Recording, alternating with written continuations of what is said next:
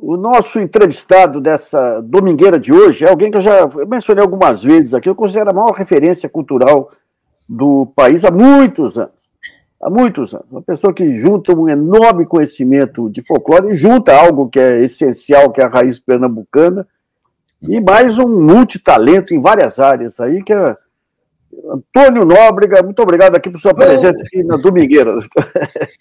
Olá, Nassif, como vai aí o bandolinista Nassif?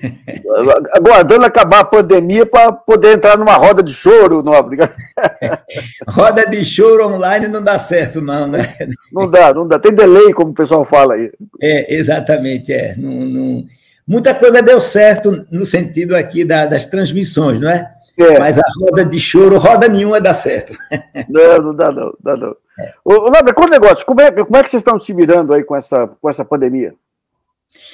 Olha, eu vivo de apresentações, basicamente, não é? A minha receita vem sobretudo delas.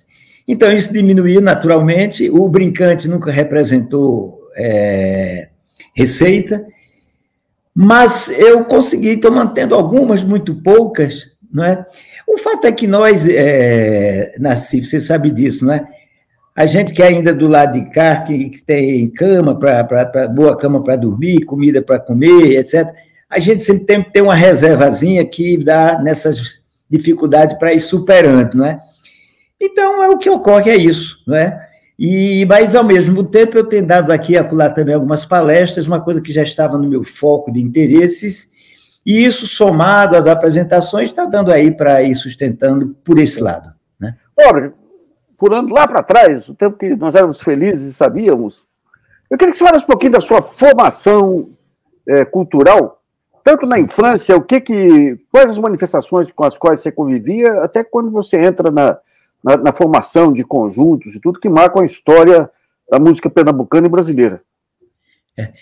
Olha, na verdade, eu nunca tive contato com as manifestações populares até os 18 anos, até quando fui convidado por Ariano Suassuna para integrar o Quinteto Armorial. Embora morando em Recife, a cidade do frevo, do maracatu, etc., eu não tinha esse contato, não é? Porque sempre houve um paredão, não é? Um muro entre nós, os que vivíamos dentro dos valores da classe média brasileira, não é?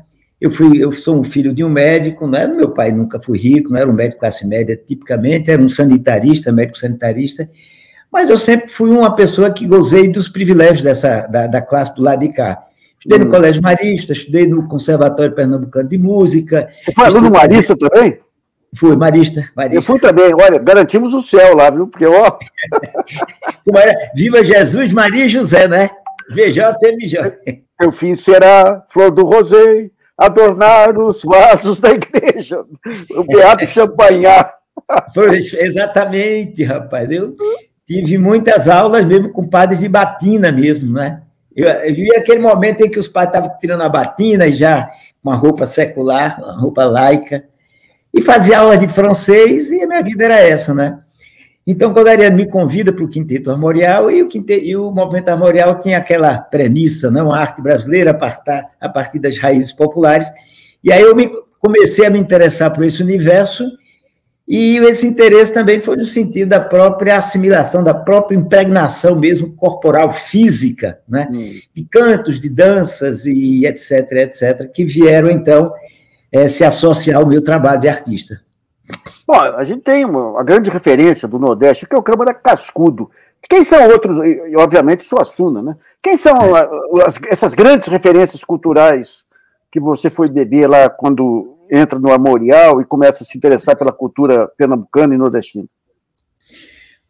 Olha, o meu foco de interesse maior foi mesmo na prática, foi mesmo, como se diz, no material in natura, né? Eu ia para os treinos de caboclinhos, eu procurava saber onde é que tinha um passista de frevo, ia aprender com eles, eu viajava para o Juazeiro. Primeiro começou ali em Recife, né? Porque Recife realmente é uma metrópole que tem essa característica de guardar muitas manifestações populares na própria cidade, não é? Embora a cidade também se distribua no grande Recife. O carnaval tem um papel muito grande nesse sentido. Depois comecei a viajar pelo interior, e depois comecei, então, do interior partir para o Nordeste, e depois aqui em São Paulo, então, eu comecei a reconhecer as manifestações populares brasileiras do país em geral, né? Agora, o que ocorre? Você falou em Câmara Cascudo, mas é interessante que no país, cada estado, né, e normalmente são as capitais desses estados, sempre tem 1, 2 ou 3 grandes pesquisadores da cultura popular. No Amazonas, tem lá o Vicente Salles. Né? Eu achei que ele era Belém, que ele era Pará, Amazonas. Peraí, eu acho que você tem razão. Será que é Pará? Acho que é Pará. Mas não sei, viu? Mas ele escreveu também sobre o Amazonas. Mas não foi ele que descobriu o autor da casinha pequenina? Eu acho que foi ele, sim. Não, eu não sei. Foi mesmo, velho? Rapaz, ele descobriu que era um alfaiate, uma coisa assim. Isso é um clássico desse, não tinha pai, rapaz. Olha só. Que interessante, rapaz. Que boa notícia. Eu sei que ele tem alguns trabalhos de análise, algumas registros, né, coleções. Aí depois a gente vai... Rio Grande do Norte tem vários, né? Tiveram vários, né? O Alagoas tem o Theo Brandão. Eu até recentemente estou lendo um livro dele fantástico, O Reisado Alagoano. E tem outros, José Maria também foi um grande pesquisador. Então, cada estado desse tem um magote de doido como eu. Né? E em Pernambuco tinha o Mário Souto Maior, tinha também, sabe quem, falecido, tinha o Comorão, que fez um trabalho muito bonito sobre literatura de cordel, agora não me vê o nome, tinha o Benjamin de quê?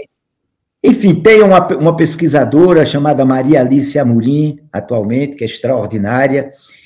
Enfim, então, todas essas pessoas também, de todo o Brasil, eu procuro ler os seus trabalhos, né, ver por onde eles estão encaminhando, porque o meu trabalho, ele tem... Eu ultimamente, Nassif, eu ando escrevendo e ando em torno de uma espécie de tentativa de historicizar o mundo cultural popular, porque a gente tem uma visão da cultura popular completamente fragmentada. Isso. E folclórica. Eu tenho um abuso, desculpe, viu? Eu tenho um abuso dessa palavra folclore, porque, primeiro, é uma palavra muito eurocêntrica. Quando eu digo isso, não é nem preconceito contra a Europa, é porque ela delimita, ela contextualiza um certo conteúdo cultural da Europa. O esquisito apimentado, que nem dizia o Mário de Andrade aí. Exatamente. É porque caracterizar uma corrente cultural tão viva como a popular brasileira, né, como algo folclórico, como algo perdido no tempo, como algo que a gente tem que preservar, resgatar, eu acho que não é a maneira de ver essa cultura. Né? Então, eu estou tentando historicizar, e para isso, assim, eu precisei fazer um mergulho muito grande em ler historiadores, cronistas, os viajantes. Né? Que legal. E esses folcloristas, chamados folcloristas, né? Porque são eles que, de alguma forma, mantêm uma memória, né, desse outro Brasil que conversa muito vagamente com o Brasil, chamado erudito, que, na verdade, é o Brasil europeu ocidental. Né? É isso. O Nóbrega, e esse seu múltiplo talento? A dança você começou a desenvolver quando? A dança mesmo eu comecei a desenvolver quando me encontrei com os dançarinos populares, os dançadores populares. Mas quando eu era criança, eu tive um conjunto com minhas irmãs. Meu pai era assim, era médico, mas ele incentivava muito a música entre nós. E aí eu, com as minhas irmãs, eu estudava violoncelo, outra piano, eu tocava violino. De vez em quando a gente organizava umas festinhas, e eu ali me metia a cantar e dar uns pinotes, né? Mas não era dança propriamente, não. Quer dizer, o tipo magro, assim, um tipo habilidoso para dar esses pinotes, favoreceu esse meu encontro com a dança, e eu me senti muito seduzido por aquilo e embarquei. Interessante também, isso é que eu e Rosane nos colocávamos dentro da manifestação. Ou seja, nós não éramos só aqueles apresentadores, mas também éramos aqueles que estávamos aprendendo aqueles passos, aqueles movimentos. E entre tantas coisas que o Danças Brasileiras apresenta... Como se diz? Agora, mas a sua agilidade, sua habilidade, de quem praticou muito depois que descobriu a dança, né? Pratiquei. Eu frequentei muito os locais, não é? onde eles treinavam, e depois me submeti também ao estudo formal da dança, né? Aqui em São Paulo, precisamente. Então, e mantenho até isso hoje em dia, né? Eu praticamente todo dia eu vou à academia, eu pratico, porque ainda eu me utilizo desse universo. Ô, Nóbrega, e nas danças brasileiras, que elas são graciosíssimas, né? Quais são as que mais te encantam aí? Olha, as danças brasileiras, aquela que eu acho mais rica, eu diria que é o frevo.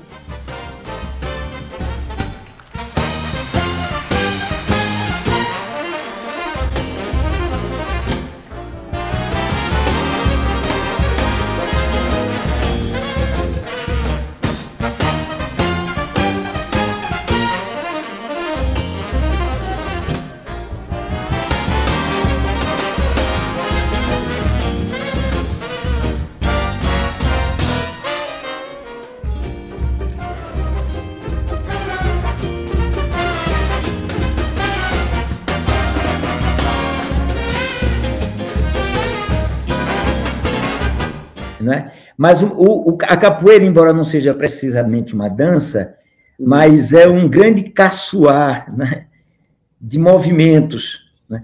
Porque é dito uma luta marcial, mas é uma luta marcial brincalhona, onde a dança está sempre presente. E ela reuniu no seu corpus corporal, um conjunto de movimentos não só rico de movimentos, mas de características diversas. Porque na capoeira você salta, você vai para o chão, você faz acrobacia, né? Então, o que eu acho é que nós temos aí, reunindo os passos das nossas diversas danças, uma espécie de uma linguagem, um nhenhengatu primário, né? Sobre o qual, se nós tivéssemos um pouco mais de respeito ao que foi criado no Brasil, a gente já há muito tempo teria criado uma linguagem brasileira de dança, assim como a própria dança clássica europeia assim como o flamenco também assim como danças da Índia são, né, como o Bharatanatyam, como o Kathakali. Então, a gente teria tudo para ter já uma dança, um código gestual e corporal capaz de expressar os nossos sentimentos, as nossas ideias, né? Porque você veja, há um corte brutal no que diz respeito à dança no país. Se você vai ver um espetáculo de dança, você vai ver ou de dança contemporânea, ou de dança clássica, ou de jazz, né? É isso que é a dança. E você visita as danças populares quando você vai nos guetos, nos nichos, onde tem um cavalo marinho, onde tem um maracatu, no carnaval, no frevo. Agora, nós não temos uma dança que reúna as características de ambas. Como nós temos, por exemplo, esse processo na literatura. Eu posso citar, por exemplo, Guimarães Rosa, mas posso citar, por exemplo, o Romanceiro da Inconfidência, de Cecília Meirelles, posso citar a poesia de João Cabral Neto, né? Quer dizer, todos esses autores Ariano Suassuna, é claro, todos esses autores que eu falei, eles criaram uma obra de arte que é fronteiriça, ou seja, que absorve conteúdos, valores imaginários das duas fontes de cultura, das duas correntes. E é nesse lugar onde o Brasil está, como o choro. O choro é justamente um exemplo maior do que é uma música que recebeu elementos das duas linhas, dos dois estratos de cultura que frequentam o Brasil. É isso. Ô, Nóbrega, uma coisa que impressionou muito num daqueles seus shows históricos lá no Municipal foram as cores, aqueles cenários e aquela composição de cores que você montou lá. Essa composição de cores, de onde que vem? Dos indígenas, dos caboclos, vem de Recife, vem... Onde se foi buscar inspiração lá? Olha, vem sobretudo do universo que sintetiza essas três etnoculturas que você citou, né? Todas elas têm um fator da alegria, do humor, da celebração, da festa, E isso se traduz também, muitas vezes, pelo excesso da cor, né?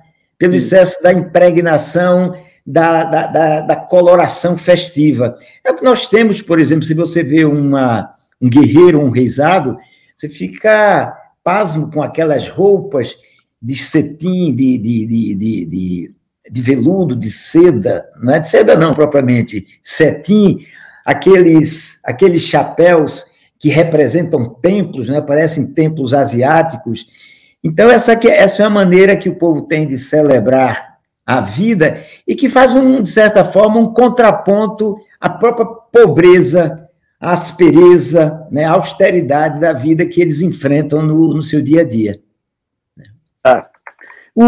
Em relação a Rebeca, como é que você conversou? Aliás, outro dia eu entrevistei um dos grandes violinistas, o Ricardo Herz. Isso. E ele colocou como grande influência você, viu? Esse pessoal é doido. Olha, a Rabeca Nassif é o violino popular brasileiro, né? Porque o músico popular, ao ouvir aquele instrumento, fosse numa rádio, fosse alguém tocando lá, tinha o desejo de tocar aquele instrumento, gostava daquela sonoridade, né? Mas, ao não ter acesso, o que é que ele fazia? Ele tentava fabricar uma madeira né? Aquele que tinha um pouco mais de habilidade. Normalmente, os primeiros rabequeiros eram tocadores também. Ainda temos exemplo disso, um famoso rabequeiro lá de Alagoas, que ele não só faz a rabeca, como ele toca também. E é um violino feito sem o devido preparo que um luthier tem ao fazer um violino. Né? Com isso, eu não estou diminuindo de maneira nenhuma o músico, mas, muito pelo contrário, né? O cara que não tem nenhuma instrução, ainda construir um instrumento que, de alguma maneira, toca, faz música, né? E as pessoas me perguntam, mas por que esse nome de Rabeca? Porque Rabeca é a latinização de uma palavra árabe chamada rebab, que é o instrumento ancestral do violino, de Rabeca.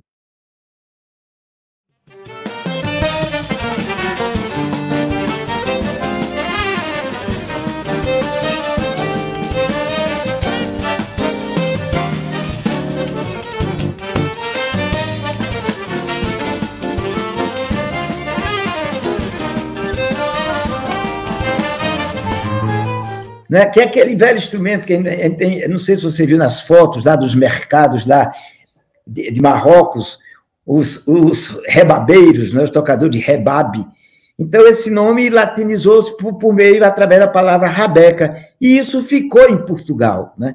Tanto é que, até meados do século passado, um músico de uma orquestra sinfônica era um tocador de rabeca. Lá tinha escrito rabeca, não tinha violinista. Né?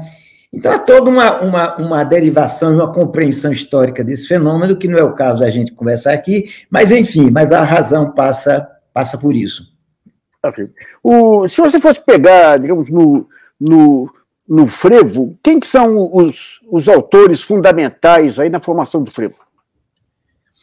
Você está falando da música, né? Então, temos os grandes compositores, a geração que eu acho de ouro do frevo, que está em Levino Ferreira.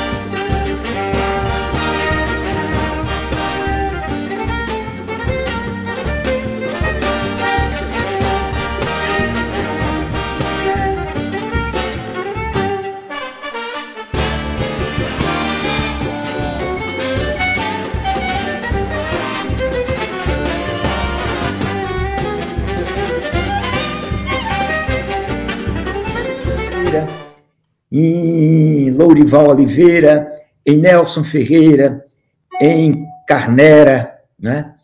Mas, um pouco mais para frente, nós temos o maestro Duda, tivemos o Zé Menezes, que já foi, temos o Clóvis Pereira, que é um grande músico, grande compositor, né? Escreveu muito para o Armorial. E, enfim, esses são os grandes, entre vários outros, compositores do frevo, né? E o frevo, ele nasce a partir da marcha dobrado, né? Ou seja, no que aquelas marchas dobradas tinham de uma melodia bastante não sincopada, ou dentro do escritas muito de maneira marcial, né? Então, os músicos foram, ao longo dos anos, ressignificando as melodias dos dobrados no sentido de torná-las mais próximas do mundo melódico popular brasileiro.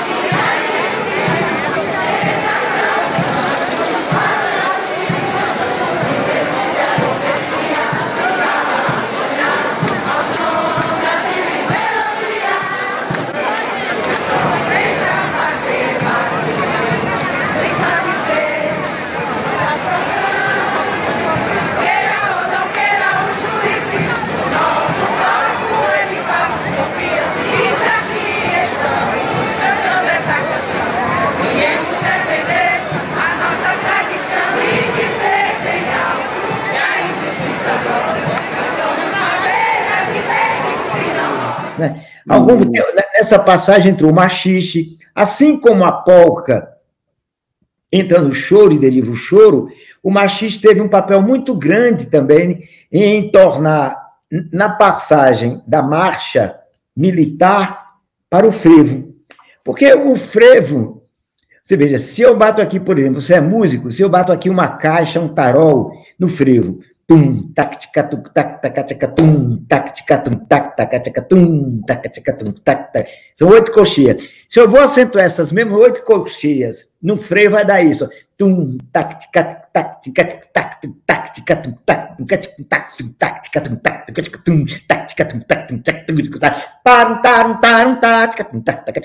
tac. Ou seja, eu brinquei com os acentos, né?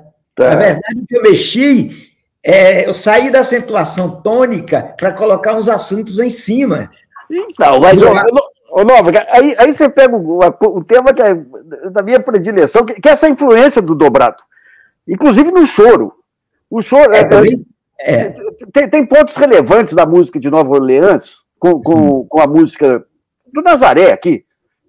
Pega o Scott Joplin e Nazaré, são muito próximos, né? Daí quando você vai...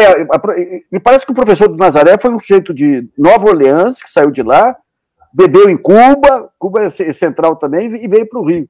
Mas daí quando a gente vai ver, é o seguinte, você tem um dobrado que surge, com contracanto, todo aquele contracanto, daí aparece o elemento negro e joga o sincopado, e daí você tem... E o frevo, você está trazendo o frevo também, que é essencial para entender a importância do dobrado aí, viu?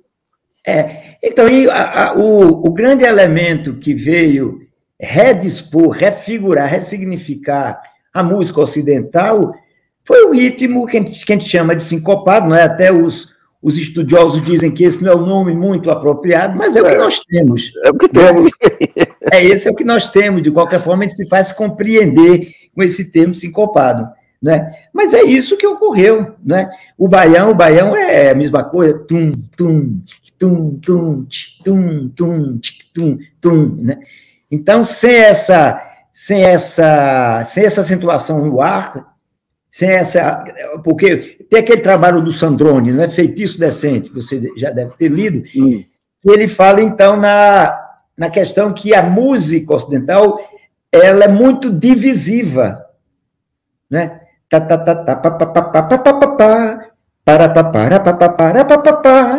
dizer, é difícil você ter essas ligaduras que fazem com que um tempo se acentue para cima. A música, o barroco tem um pouquinho, mas ele não caracteriza muito a síncope, né? Mas tem essas acentuações. Na música brasileira, não. O estado da síncope é um estado que legitima, né? Que legitima a nossa música.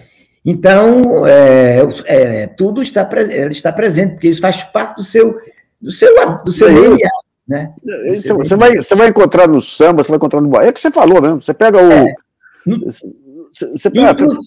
E até o seguinte, a gente vai aqui para o Sudeste, por exemplo, você vai encontrar no fandango, você vai encontrar no cateretê, no cururu, tá lá. Não tão elaborada como você tem no maracatu. O maracatu praticamente tudo é em cima, né? Tum, tum, tum, tum, tum,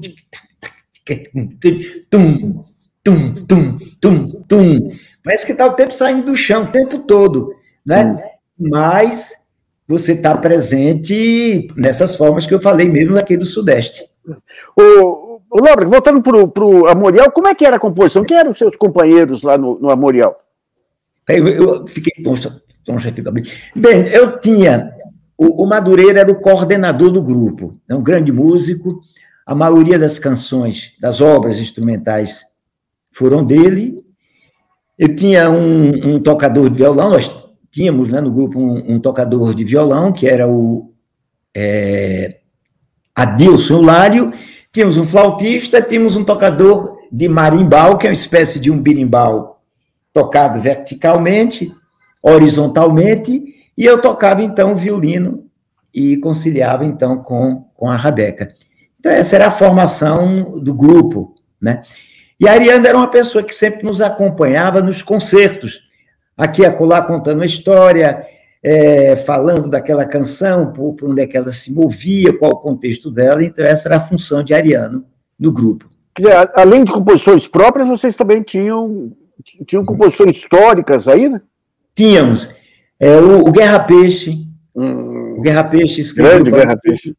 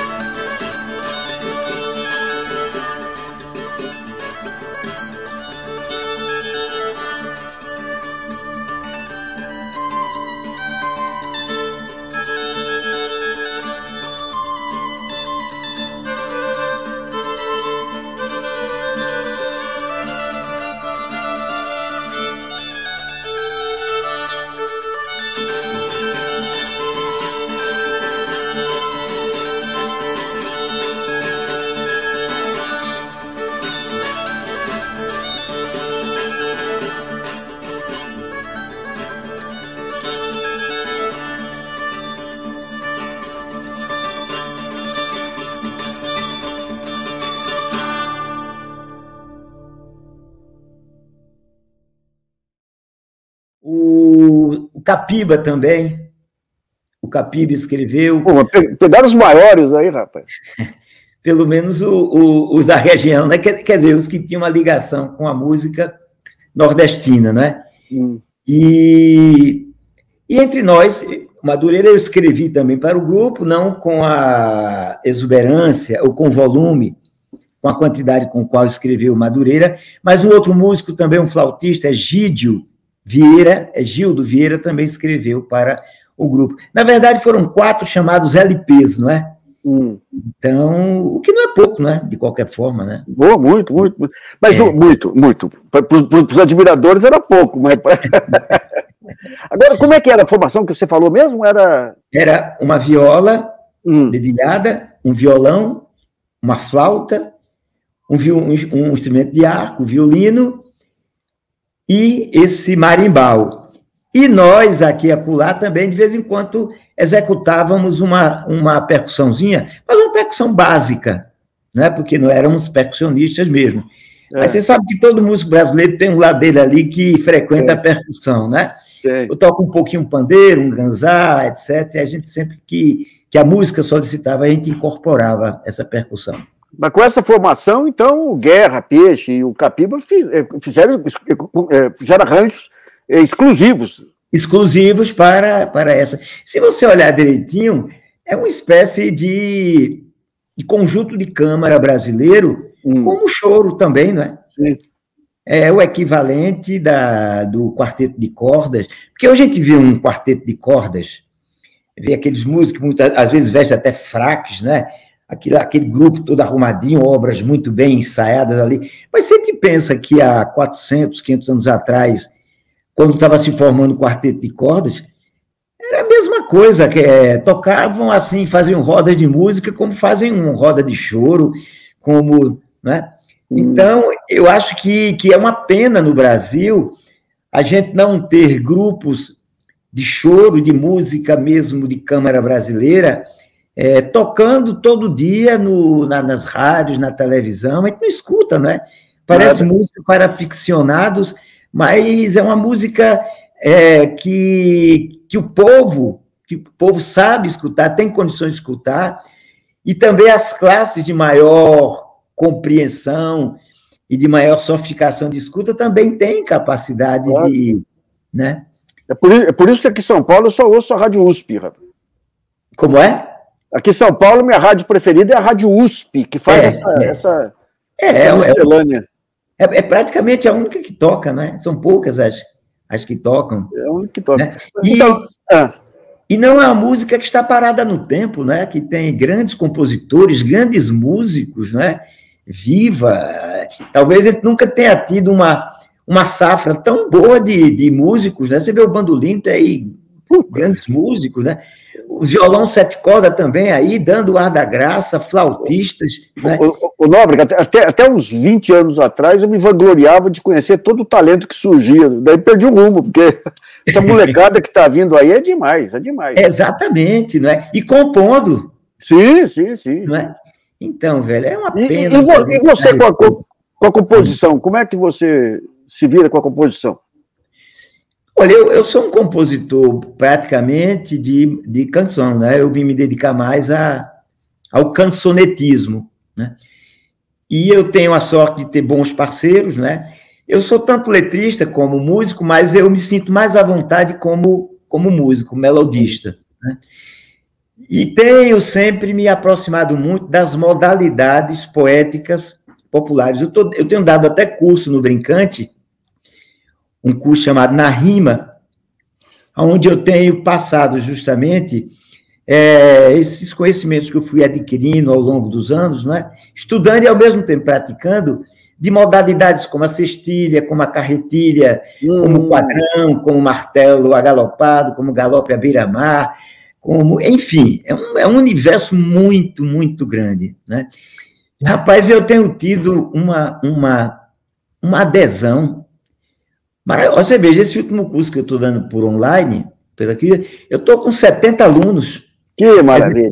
Terminei a semana passada, estou dando início a um outro.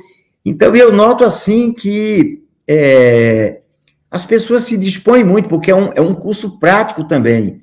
A cada semana, por exemplo, vamos trabalhar uma 10ª de 7 sílabas, né?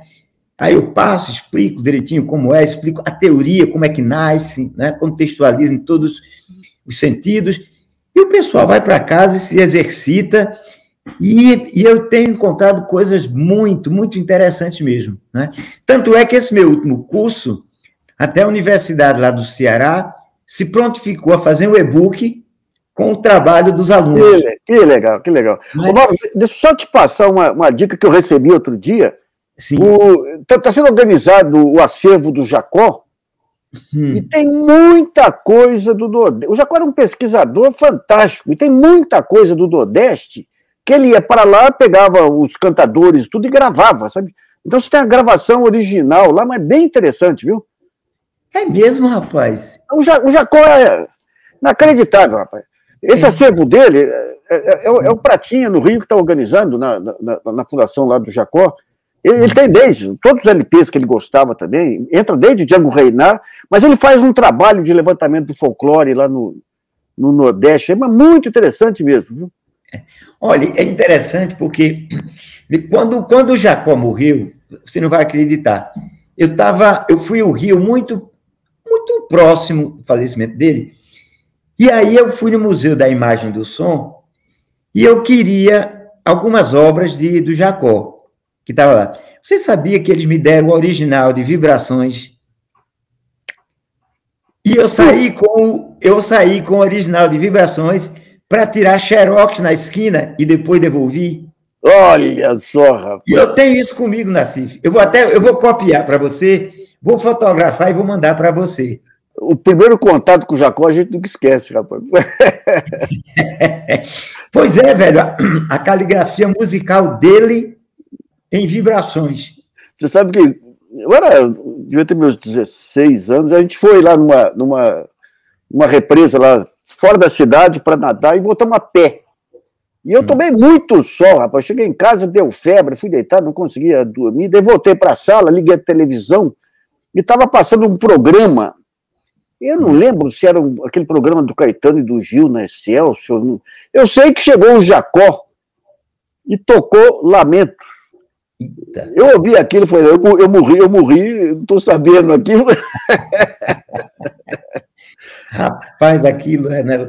Lamentos e Vibrações é tanta coisa, né, rapaz? É demais.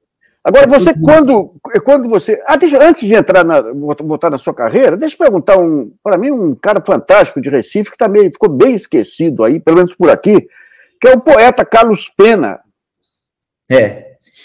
Olha, os poetas de Recife, tem um outro poeta, que você falou até em Carlos Pena Filho, e ultimamente eu comecei a me lembrar de um poeta que talvez você nem conheça, que foi o Marcos Acioli. O Marcos Acioli, ele, inclusive, ele participou em certo momento do movimento armorial como representante da poesia. Eu me lembro que ele até viajou com a gente para Buenos Aires e ele recitava também algumas obras que a gente tocava em conjunto. Ele é um poeta extraordinário, né? E até menos do que Carlos Pena Filho, o seu nome foi muito pouco divulgado. Ele faleceu há 3 anos, mais ou menos, né? E tem o Alberto Cunha Mello, também, que é um grande poeta, Ângelo Monteiro, né? Ainda bem que...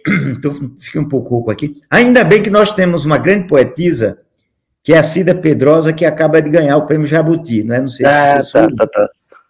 Né? Ela ganhou com essa obra. Mas é verdade,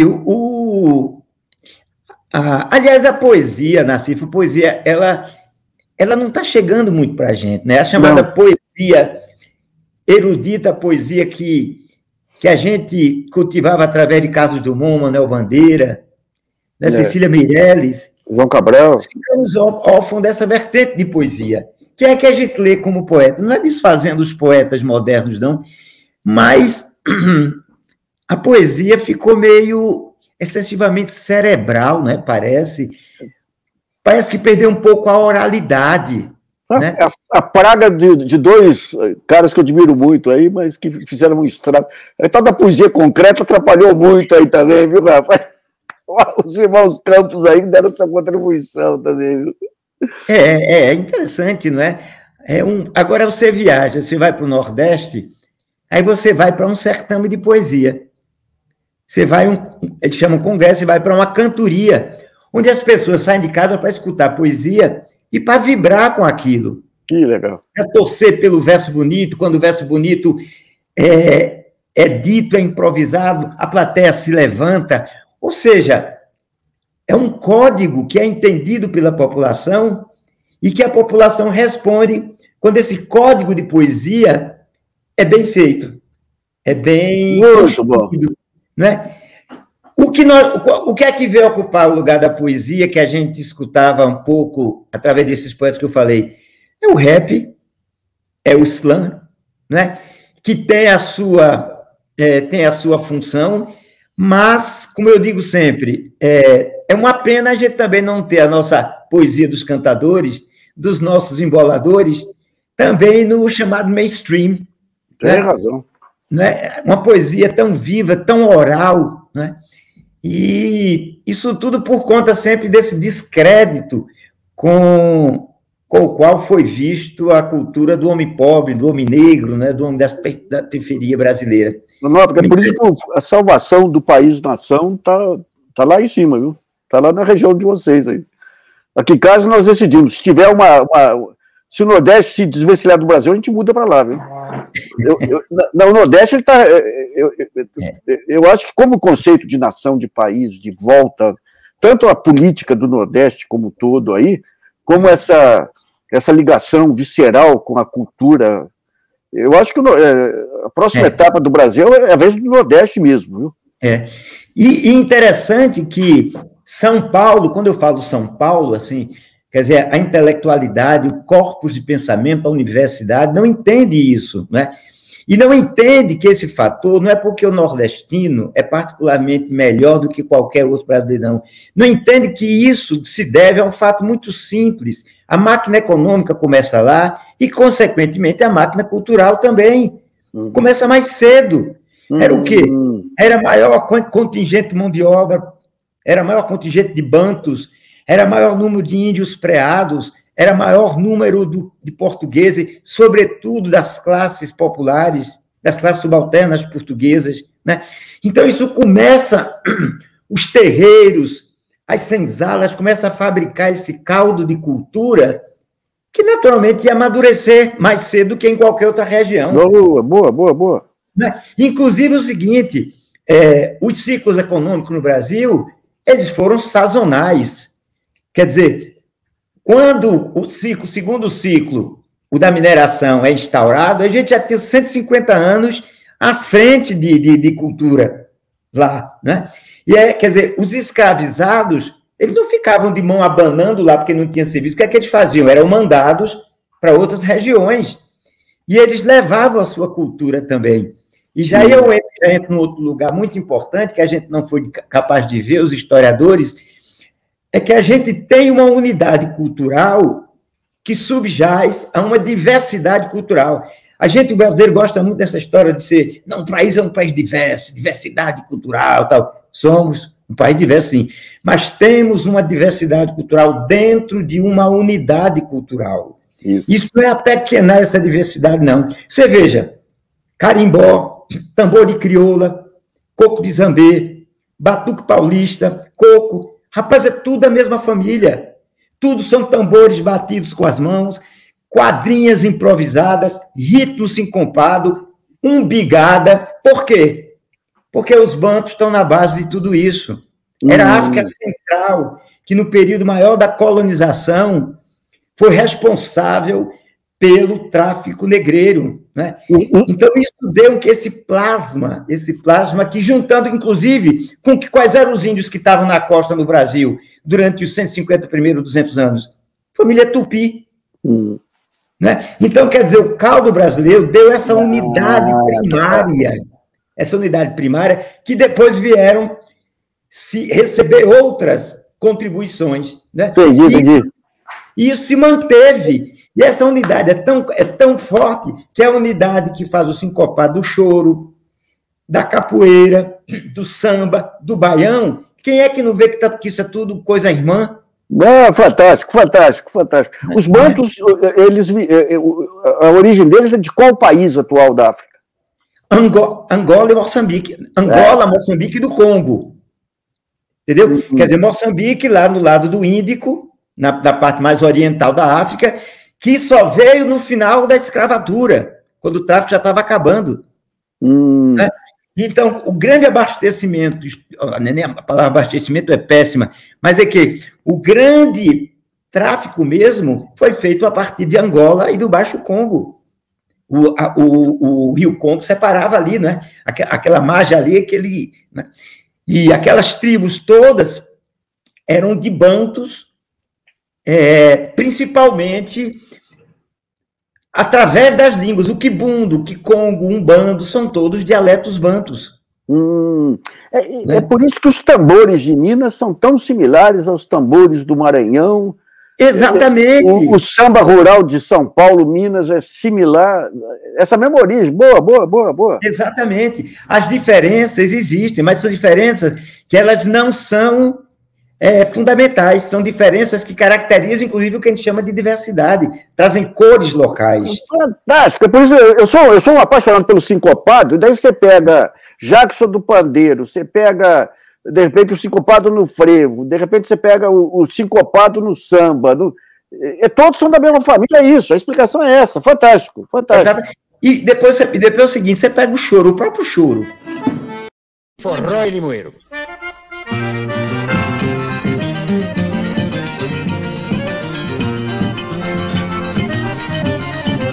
Convidei a comadre Sebastiana pra dançar e chachá na Paraíba. Ela veio com uma dança pulava que só uma guariba. Ela veio com uma dança pulava que só uma guariba. E gritava A-R-I-O-U. E gritava A-R-I-O-U.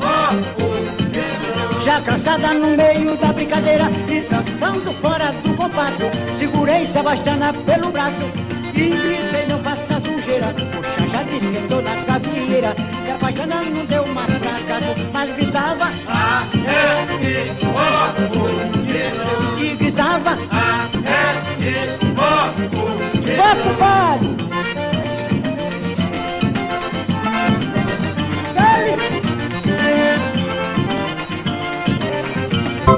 Nega, vem cá, vem ver só como é que seu nego ficou depois do tal dia, neguinha, que você me deixou. Quem me conhece passa por mim, jogando piada, sorrindo. Você tá ficando acabado, se você tá sumindo.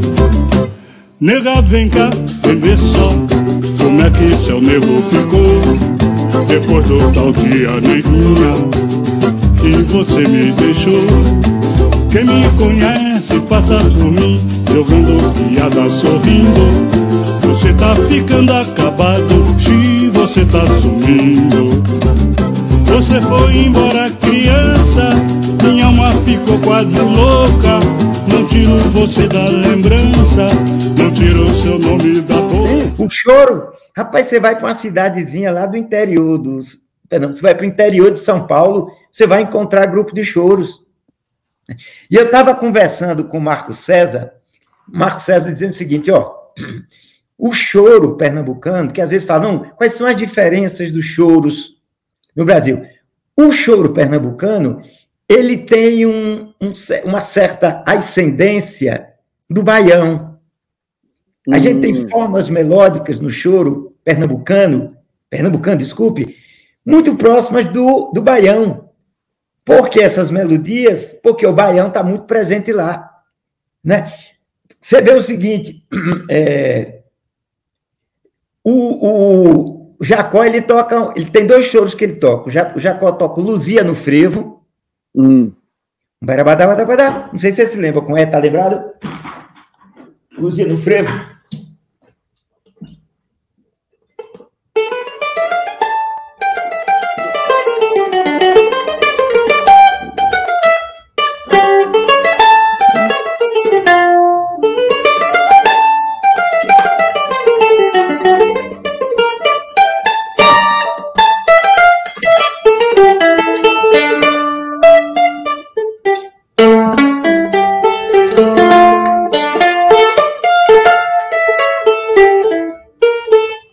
Então, você vê, é quase uma marcha dobrado.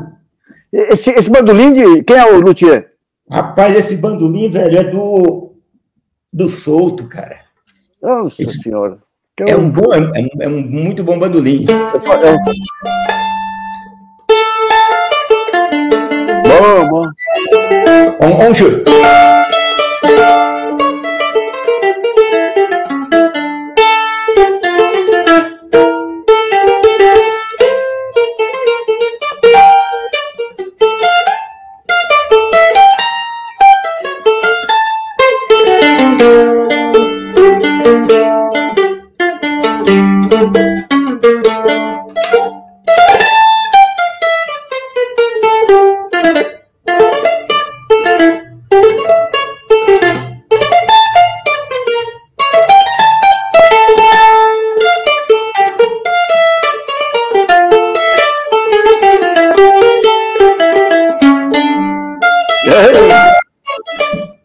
Que maravilha.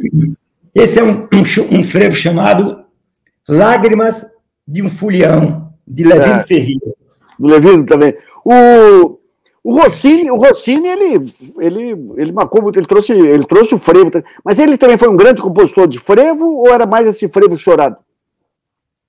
Rapaz, eu acho que sim. Eu acho que sim, embora eu conheça pouco a obra do Rossini, mas eu acho que ele era mais um chorão frevo do que seria do que um próprio compositor de frevo. Né? Talvez quem tenha composto alguns frevos, eu nem sei, era aquele outro bandolinista que era como era o Lupercio Miranda, né? O Lupercio é um craque também, rapaz. Aquele também era um danado, né? Mas e vocês tiveram aí a outra encarnação do João Pernambuco, aí, que foi o meu querido amigo Canhoto da Paraíba também, né? Exatamente, sem dúvida, né, rapaz? É um lugar assim que... É demais. Deu uma turma legal, né? Nobre, depois do Armorial, você ficou quanto tempo no Armorial e quando que você desce aqui para São Paulo? Eu desço para cá em 1983 e eu permaneci no Quinteto Armorial durante todo o seu período de vida, que foi a década de 70. Precisamente 71 até 1980. Então, a certa altura, eu senti necessidade de me expressar também, não só pela música, não é? Ou seja, incorporando aquelas práticas que eu fui desenvolvendo, assimilando, né? As danças, o canto, etc. Aí vim para cá. Me casei em 82 e para o ano vou fazer 40 anos de casado. Opa! E a família inteira é da arte aí, né? A família. A Maria Eugênia é dançarina, se dedica à dança também, não é? Rosângela é artista também, e se dedica ao brincante, à educação. E o Gabriel é um misto de publicitário e músico. Tá. E aí, então, em 83, eu vim para cá e aqui eu comecei, então, as minhas atividades artísticos profissionais. Então, você tem mais os shows e tudo, mas quantos discos que você gravou sozinho? Eu gravei 9 discos, 9 CDs, além dos que eu participo com o Quinteto Armorial. Tenho 3 DVDs e foi feito um longa-metragem, né, sobre o meu trabalho. O Walter Carvalho fez um filme, né, que faz uns 4 ou 5 anos. Então, a minha obra musical é essa. Musical e fílmica, digamos assim. Tá. Depois você passa os links aí do que tiver para a gente já divulgar aqui também. Mas se for pegar os CDs que você considera mais relevantes da sua carreira, quais que são? Rapaz, é tão difícil isso. Eu vou ficar como a maioria dos meus amigos dizem. E você sabe disso, é o último. Não faz diferença entre filhos, né? Exatamente, né? O último que eu fiz, o Rima, eu gosto muito dele. Agora, também eu gosto, isso é verdade, eu gosto muito do Lunário Perpétuo, porque eu acho que o Lunário Perpétuo representa, assim, uma passagem de um momento para outro, né? Porque eu comecei a ficar um pouco mais independente dos meus conhecimentos do mundo cultural popular. Quando eu falo independente, é o seguinte, tem um momento que a gente está muito imerso naquele aprendizado e o que a gente faz reflete de maneira muito direta. Por exemplo, eu gostava de uma certa melodia popular e eu, de certa forma, incorporava essa melodia popular dentro de uma canção que eu ia fazer, né? Mas tem um momento, e Mário de Andrade fala muito bem disso, tem um momento que a gente já internalizou de tal maneira o modus, né, de compor melodia, o modo de tratar a poesia, as estruturas, aquilo fica tão bem entranhado dentro de você que a gente começa já, a gente entra em outro lugar. Por exemplo, se eu for fazer aqui um galope à beira-mar, eu não preciso contar nos dedos, porque eu já tenho aquela prosódia,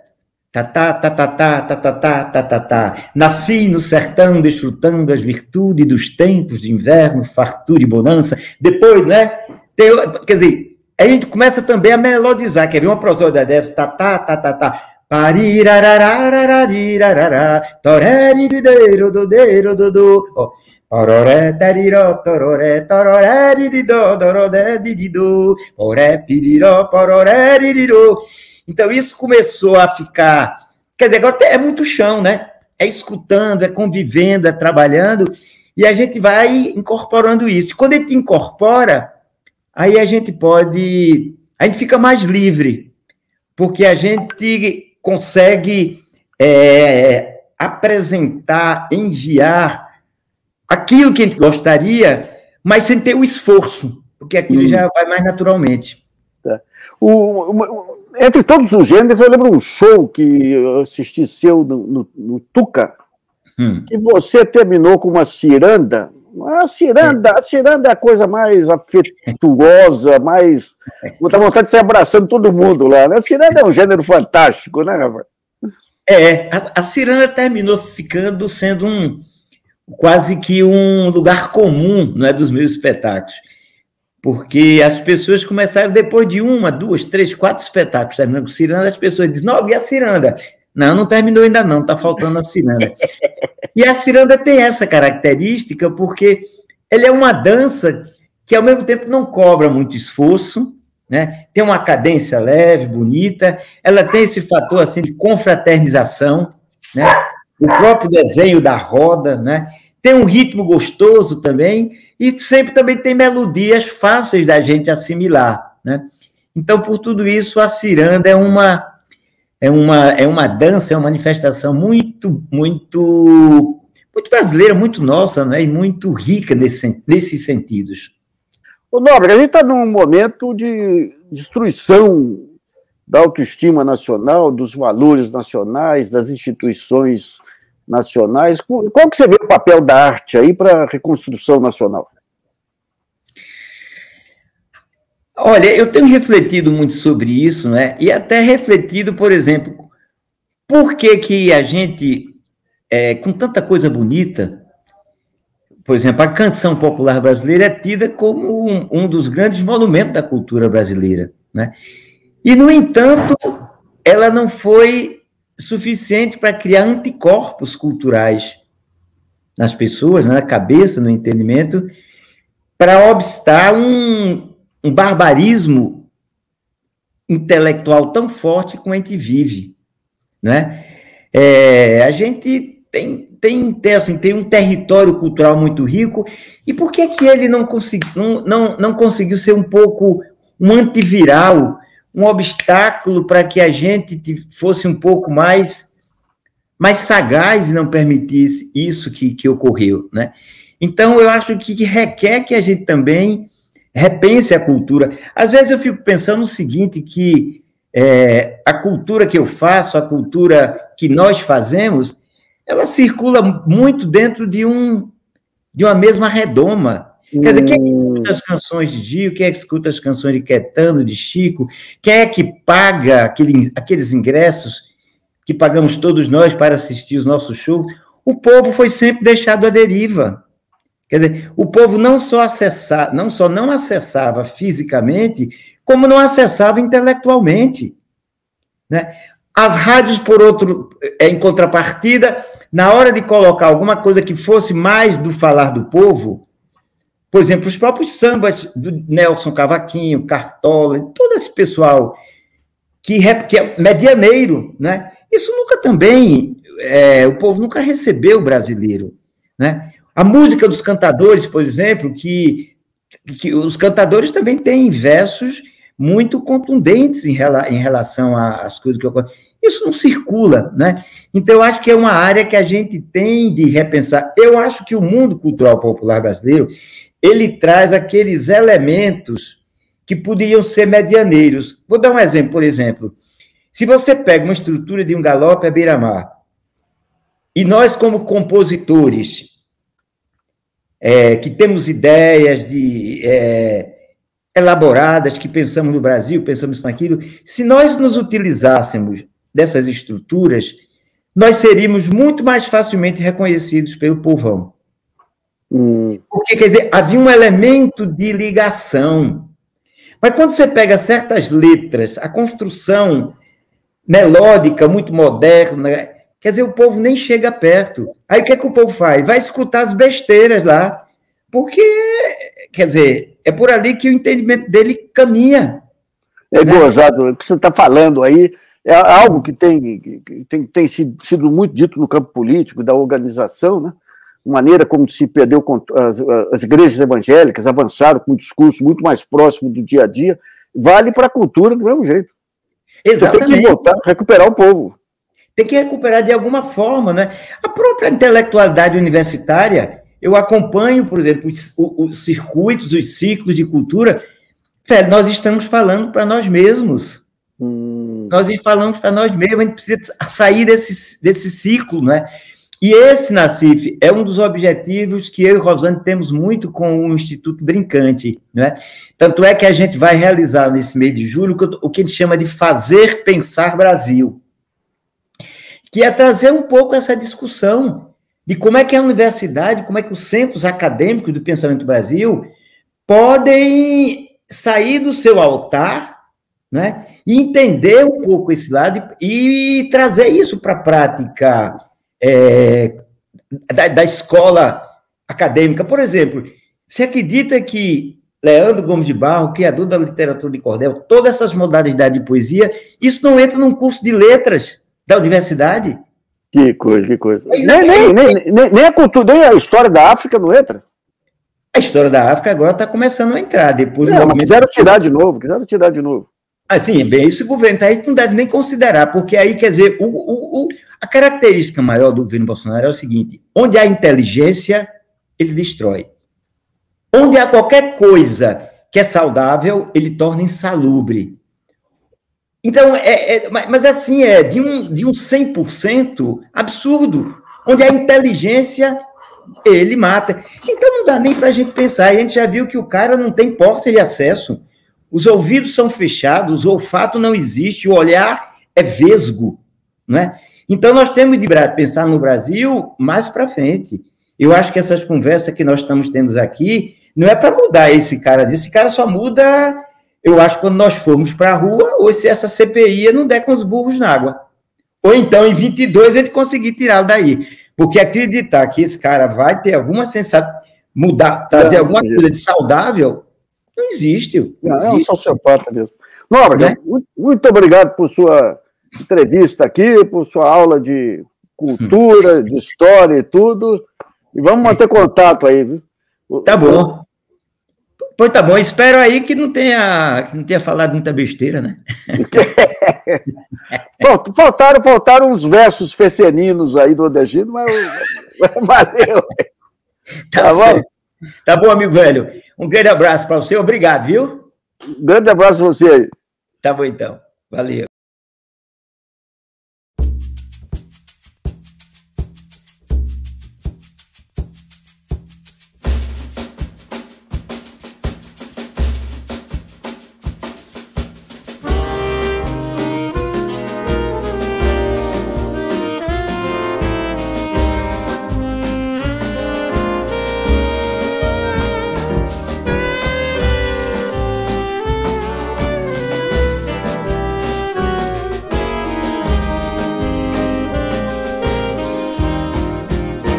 Uma onda diz vai, vai, outra onda diz vem, vem. De mãos dadas vão e voltam, ninguém solta a mão, ninguém.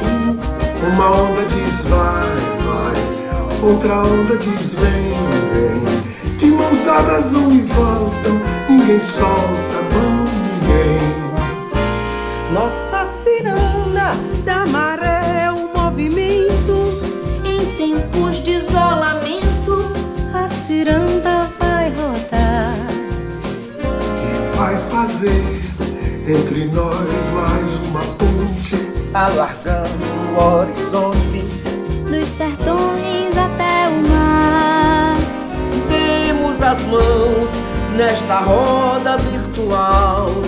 A ciranda contra o mão, Ela não pode parar, pois de mãos dadas a corrente não se parte.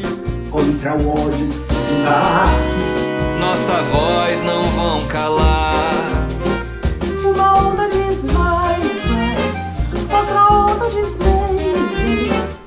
mãos dadas vão e voltam, ninguém solta a mão, ninguém. Uma onda diz vai, vai, outra onda diz vem, vem. De mãos dadas vão e voltam, ninguém solta a mão, ninguém. Nossa ciranda uniu os republicanos contra todos os tiranos que estão a governar. É uma aliança entre as forças progressistas contra os nazifascistas que voltaram a se agrupar. E faz trincheira com os povos da floresta, defendendo o que resta da fauna, flora e de ar. Contra o garimpo que faz mata virar pasto. Agronegócio nefasto que só pensa em lucrar. Uma onda diz vai, vai, outra onda diz vem, vem. De mãos dadas vão e voltam, ninguém solta a mão, ninguém. Uma onda diz vai, vai, outra onda diz vem, vem. E de mãos dadas vão e voltam, ninguém solta a mão, ninguém. Nossa ciranda quer Congresso funcionando, STF julgando, cada qual no seu lugar. Sem ditadores, cala a boca sem censura, calabouço sem tortura, sem exílio alemão. Ela é maior que as muralhas lá da China, do Auá com Chinchina, ela vai se alastrar. Por uma arrastão desses de tarrafa e rede, arrastando a fome e a sede para além do lado de lá. Uma onda diz vai, vai, outra onda diz vem, vem. De mãos dadas vão e voltam, ninguém solta a mão, ninguém. Uma onda diz vai, vai, outra onda diz vem, vem. de mãos dadas vão e voltam, ninguém solta a mão, ninguém.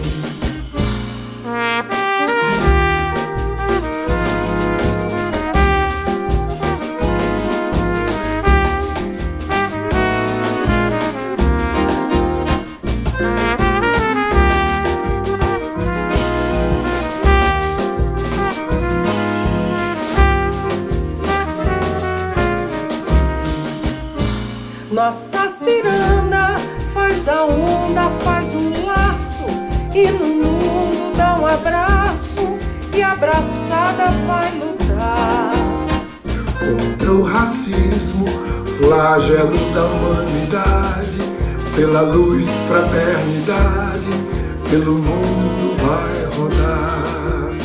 Dança no passo da ciência pro futuro, não dá mãos ao obscuro, aos que negam o bem virá. E essa dança que nasceu de uma praia ganhou o mundo, se espraia e está em todo lugar. Uma onda diz vai, vai, outra onda diz vem, vem. De mãos dadas vão e voltam, ninguém solta a mão, ninguém. Uma onda diz vai, vai, outra onda diz vem, vem. De mãos dadas vão e voltam, ninguém solta a mão, ninguém. Uma onda diz vai, vai, outra onda diz vem, vem. De mãos dadas vão e voltam, Ninguém solta a mão, ninguém. Ninguém solta a mão, ninguém. Uma onda